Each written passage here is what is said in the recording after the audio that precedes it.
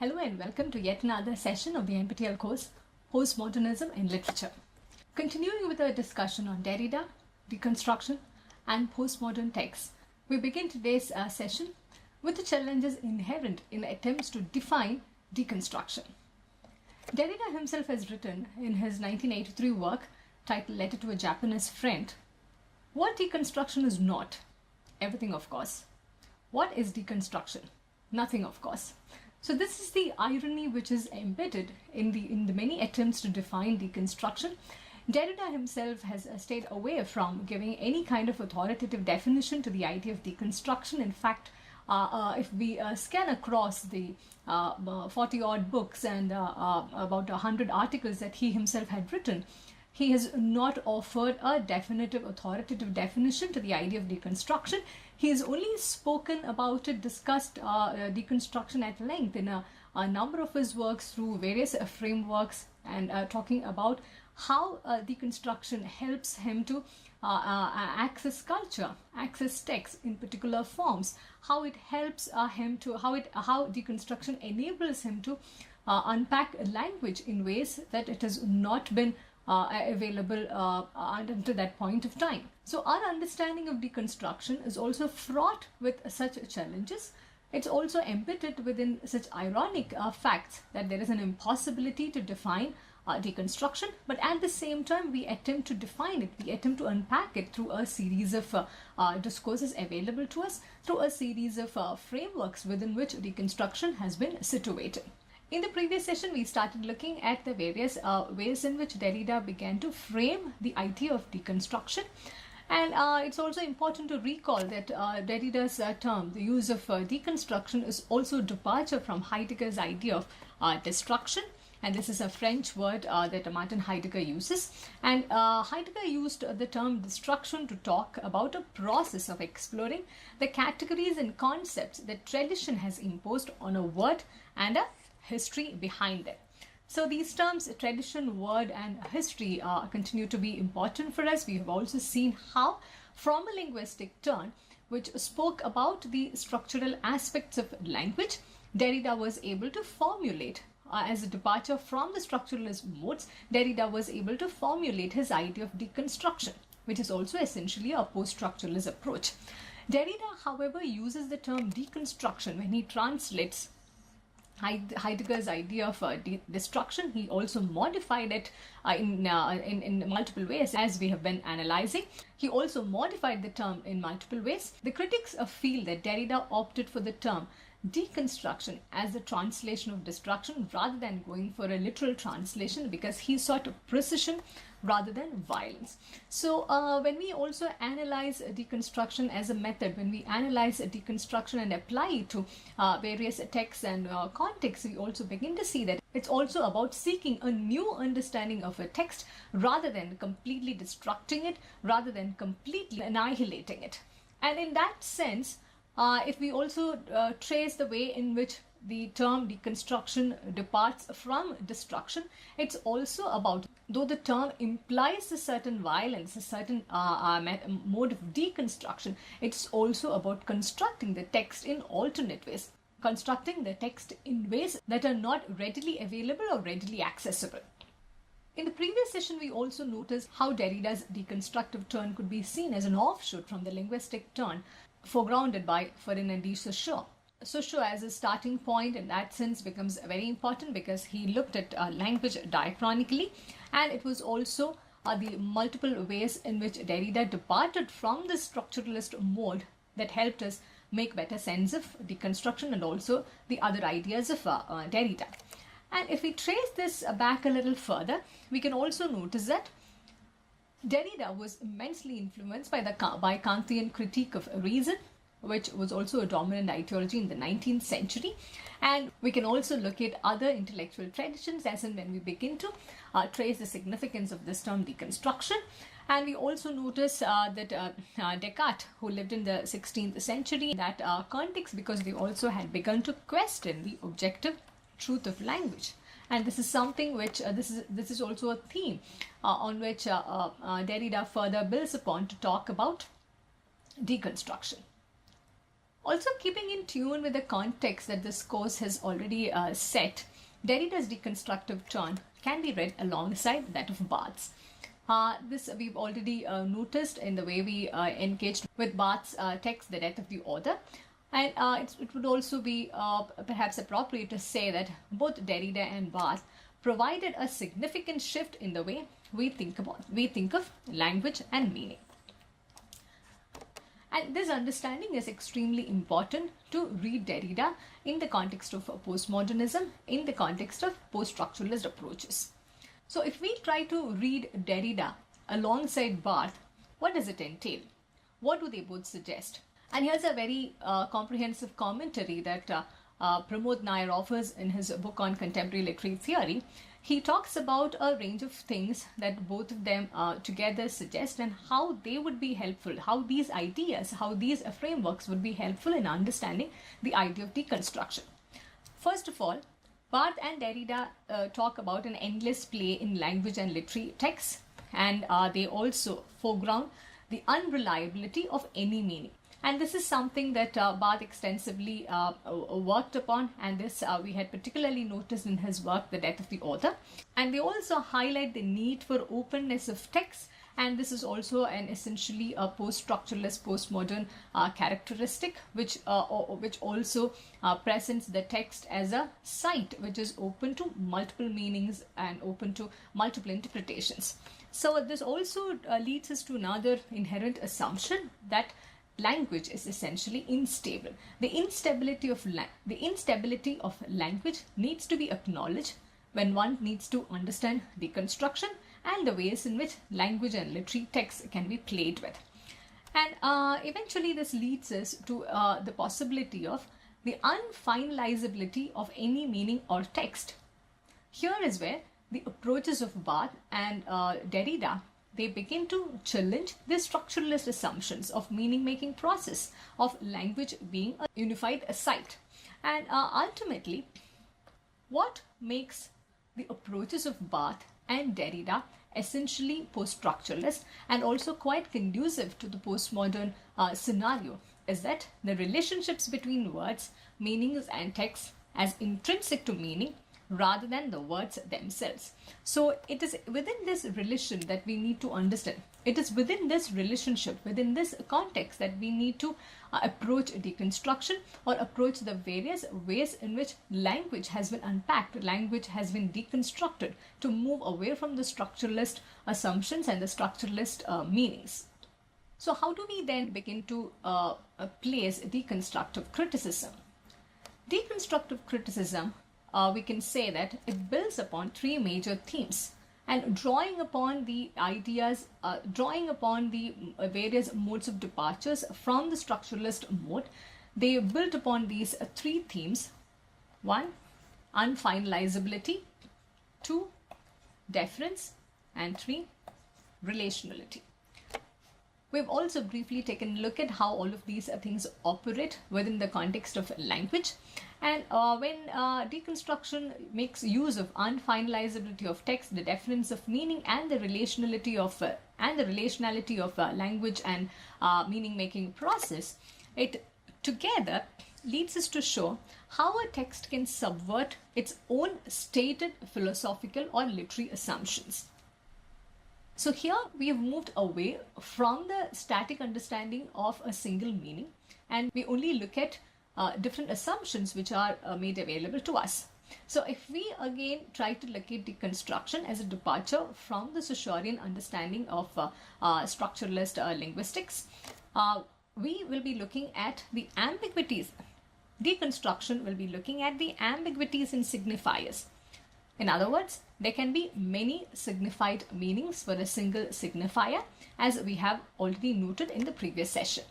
So when we subject a text to a deconstructive criticism, the text refers to and is open to 1. A different reading. Secondly, another text that rather than reinforce its argument might subvert it, because there is no single meaning, there is a possibility of different and multiple interpretations. Thirdly, the text is open to revisions, even as it states its meanings in unambiguous terms. So everything is in a state of flux. There is no single meaning. There is no fixed kind of a text. Everything is subject to change. And this is also, incidentally, a quality that Derrida located in language and meaning in general.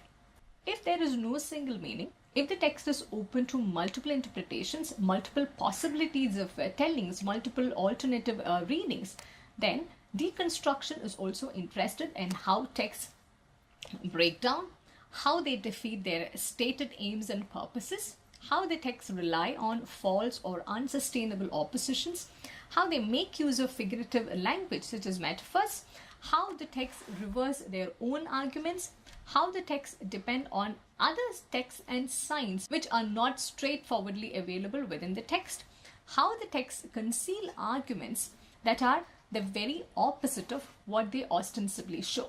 Deconstruction in that sense is not interested in the text per se, but in these many possibilities, in these many layered meanings that the text offers.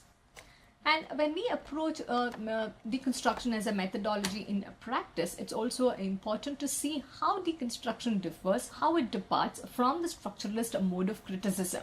In structuralism, they're interested in knowing how meaning is produced. When we move to deconstruction, the interest is in locating the contradictions that resist meaning, because it is also futile to make an attempt to know the single meaning, the single truth with which the text talks about. Structuralism is interested in how texts work. Deconstruction is interested in how texts deconstruct themselves. And this phrase is extremely important, because deconstruction, as Derrida himself would reiterate, is not something that we do to a text. It is not something that we forcefully inject upon a text, but the texts are capable of deconstructing themselves, because language also has the power to store these unlimited, layered, constructed meanings within the framework of a text. So to sum up these moves of departure from structuralism towards deconstruction, it would perhaps suffice to say that deconstruction displaced structuralism and undertook to decenter or subvert the claims for existence of all foundations such as knowledge, meaning, truth, and subject. And this is also evident in the many deconstructive readings which are available, and which we shall also come back to take a look at in the latter half of this course. Though it is largely convenient for us to look at deconstruction, to engage with deconstruction as a methodology, as a practice, as a critical framework, Derrida would certainly disagree with this proposition. Because according to him, deconstruction is neither an analysis nor a critique, and it is not a method and cannot be transformed into one. And he also believed that deconstruction takes place. It's not something that we need to do. It is an event that does not have a deliberation, consciousness, or organization of a subject, even of modernity. It deconstructs itself. Deconstruction is not something that you do. That's what Derrida had believed in. And he had repeatedly written against this reappropriation of deconstruction, especially within the academic fraternity. And nevertheless, we also know that there are innumerable attempts to explain, simplify, define, and or package deconstruction for the academia. Derrida had protested and criticized this tendency throughout. And also, it's just ironical that in this course, in this lecture, we are also trying to do precisely that. And in spite of Derrida's extreme discomfort with this idea of packaging deconstruction for academic purposes, for introducing deconstruction as a methodology, as a critical practice, as a mode of criticism, we find that deconstruction has also now become the foundation of many postmodern ideas. It's become rather impossible not to engage with deconstruction as a critical practice when we engage with postmodernism. And also in the post-structuralist practices, especially from the 1980s onwards, deconstruction is perhaps the one critical method which has dominated all other kinds of critical practices. And this has also found its way into a range of theoretical enterprises in law, anthropology, historiography, linguistics, sociolinguistics, psychoanalysis, political theory, feminism, and even and queer studies. And maybe deconstruction has become more popular than almost all the other kinds of frameworks is also because it offers a revolutionary explanation of the world, society, and knowledge. And this is extremely important for the understanding of the world, to make sense of knowledge systems, to make a sense of various subject positions in the postmodern scenario. There have been numerous criticisms against deconstruction because of the particular and detailed attention that deconstruction pays to language. Many critics have also felt that many critics have asked whether deconstruction is another version of new criticism. However, new criticism is certainly very, very different from that of deconstruction. In new criticism, in new critical practices, we know that there is a close attention being paid to language, on the paid to close reading of the words on a page. But however, deconstruction operates at a different level altogether. There is a close reading, there is a close attention being given to the language which is being used, but the concern of deconstruction is not exactly the words which are being displayed on the page, but the constructed meanings that these words foreground. And deconstruction also seeks to peel away these various meanings which are being offered to us at the outset, and also look beyond these constructed meanings, look beyond these constructed common sense images, in order to engage with the text at multiple levels within various contexts. While we can say that new criticism is largely an apolitical approach towards reading literature, deconstruction is a very political approach. We would also see how and when we talk about deconstruction as a literary critical practice in one of the later sessions. The playfulness and puns that that deconstruction heavily uses, it was also led to the accusations of deconstruction being very frivolous and not serious enough to engage with literary and cultural artifacts. But however, it's the idea of playfulness and the use of puns that makes deconstruction a rather useful practice to engage with the various sites, contexts, and texts in the postmodern scenario. Moving on to see how deconstruction works as a particular critical method, as a particular strategy, it's important to take a look at the various steps that are involved in no particular order when we apply the method of deconstruction. When we try to engage with a text through a deconstructive method, we find that we are also analyzing a hierarchy, and we are trying to reverse it and to show how the elements of hierarchy are constitutive of each other. We do not take this understanding for granted. We do not take the various positions, various locations of hierarchy for granted. Rather, we begin to subvert it and analyze the structures of meaning which are embedded onto it. And we also try to discover the impurities and contaminations that are within a text. They may not be very apparent, but once we begin to peel away the structures of meaning, we would also begin to see that these impurities and contaminations also have a different story to tell. And we also particularly pay attention, we're also very alert to the border crossing that would upset notions of purity, structure, linearity, and origins. So eventually we would begin to see that when we apply these strategies to engage with a text through a deconstructive method, we would begin to see that the text undergoes a radical change, and we have an entirely new text, a new telling available before us. It is this radical notion, it is this capability to invent itself, to engage with the text in a playful manner, to completely be dismissive of the original meanings, quote unquote, the original meanings that the text entails. It's these capabilities that makes a deconstruction a very significant and foundational element of postmodernism. If we try to give the example of the well-known fairy tale Snow White and the Seven Dwarfs and try to do a deconstructive reading of the same, what would we eventually get?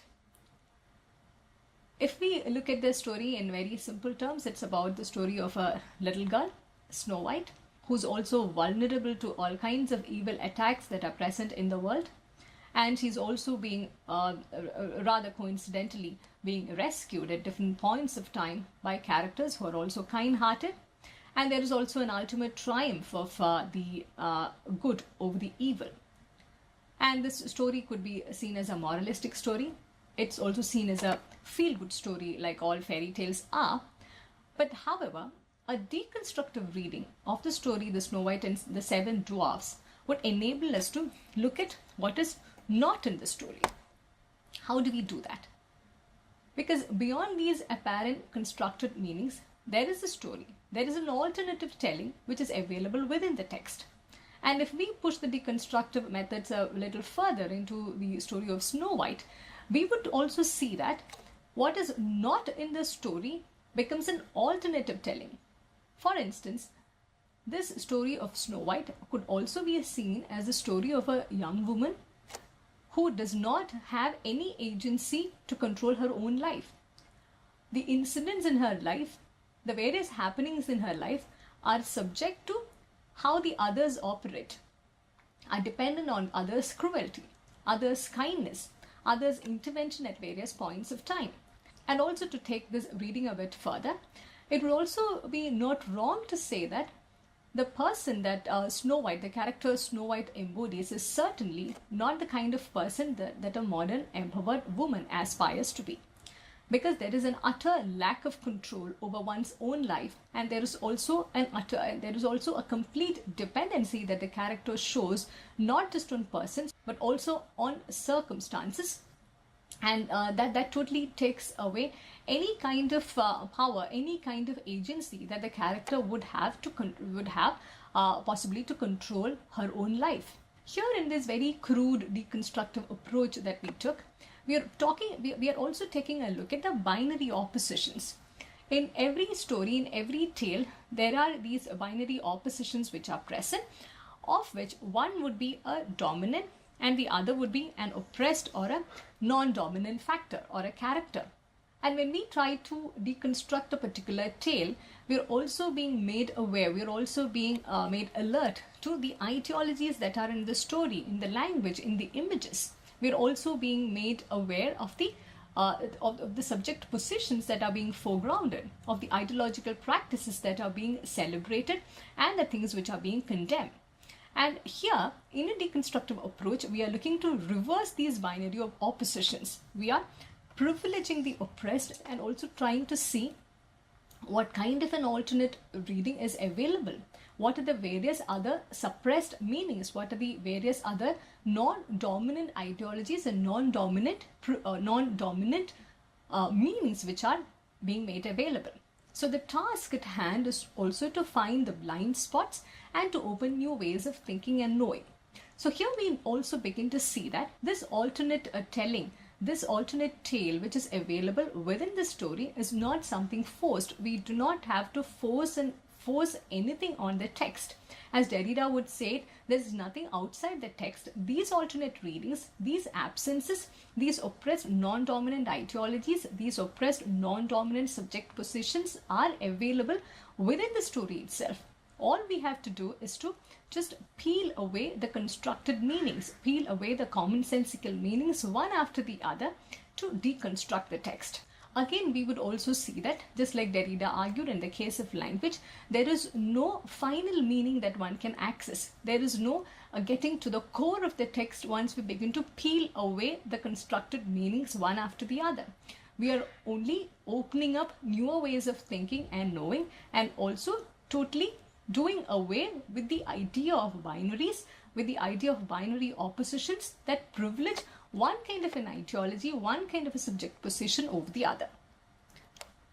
And this certainly is a very political thing to do. It's a very political reading of available texts and available tellings. Subsequently, in his discussions related to deconstruction, we also find Derrida moving away from the logocentric view. Logocentric view is a belief that there is an ultimate reality or center of truth that can serve as the basis for all our thoughts and actions, and that everything is grounded in the way we understand.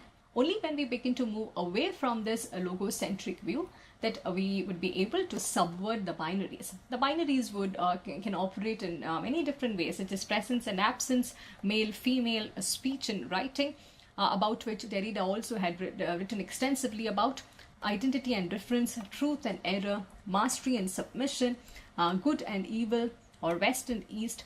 And in this set, in this limited set that we present over here, we also notice that the former always denotes a privileged, such as presence, male, speech, identity, truth, mastery, good, the west and the east. This also becomes fundamental in understanding what Orientalism is all about. So here we notice that deconstruction is also about subverting the binaries, because there is always, in these binaries, there is always a privileging of one over the other. Derrida also famously remarked that there is no outside text. What he meant by this was that everything takes on a textualized form, and we engage with the difference and efference in the meaning making process. And for this, he also coined the new term difference, which is spelled with an A. And in this reading, all texts are politicized, as we have also briefly noted. So in that sense, it's also important to understand what a text is according to Derrida. According to Derrida, text is not restricted by a book's margins or binding. It overruns and spills over its borders, and in that sense, the end of the book is certainly not the end of writing. Text, in that sense, does not constitute the number of pages which are bound in the form of a book from the beginning to the end. And every text also carries traces of other texts, and this is also something that is being extensively engaged in terms of intertextuality. And it's also a concept that we shall be examining at a later point. And according to Derrida, every text is therefore a network of other texts from which it differs. And these propositions about text by Derrida also challenges the basic assumptions about a text. So here we again begin to see how Derrida could be read alongside Barthes and even Foucault, because they had also challenged the ways in which a text, the idea of an author, and even the idea of reading could be approached. We also saw how the foregrounding of multiple readings could also be done alongside the foregrounding of the emergence of reader. All of these challenging notions of the changing ideas of the text, the meaning, the critical practices, they all play a significant role in engaging with text and context in the postmodern scenario.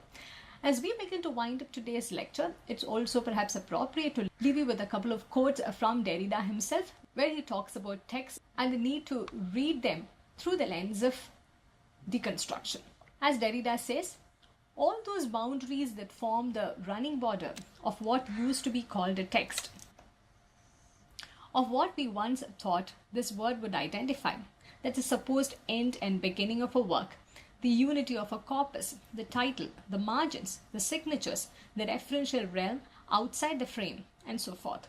What has happened is a sort of overrun that spoils all of these boundaries and divisions and forces us to extend the accredited concept, the dominant notion of a text that is no longer a finished corpus of writing, some content enclosed in a book or its margins, but a differential network, a fabric of traces referring endlessly to something other than itself, to other differential traces.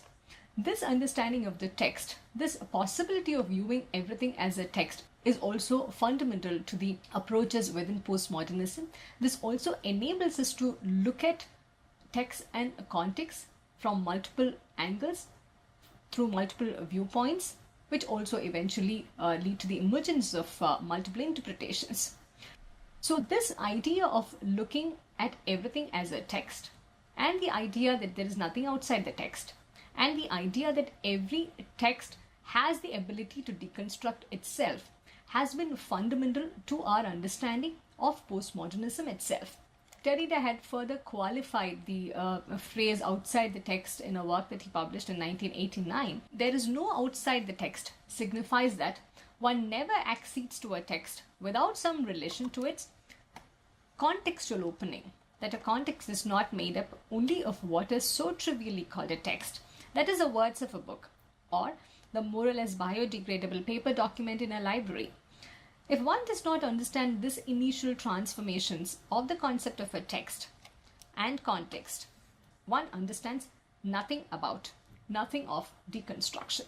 This also helps us to recall why we began our understanding of the theoretical frameworks that dominate postmodernism with the discussion of the challenging notions of the shifting understanding of the idea of text when we began to discuss Barthes and Foucault.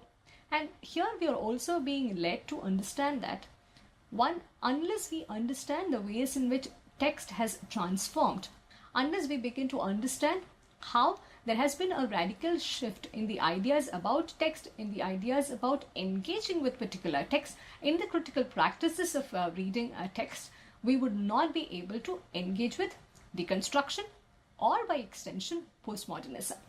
We shall be following up this discussion in the next session by focusing on a particular text and how a postmodern reading is also made possible through a deconstructivist approach. On that note, we wind up today's session. Thank you for listening, and I look forward to seeing you in the next session.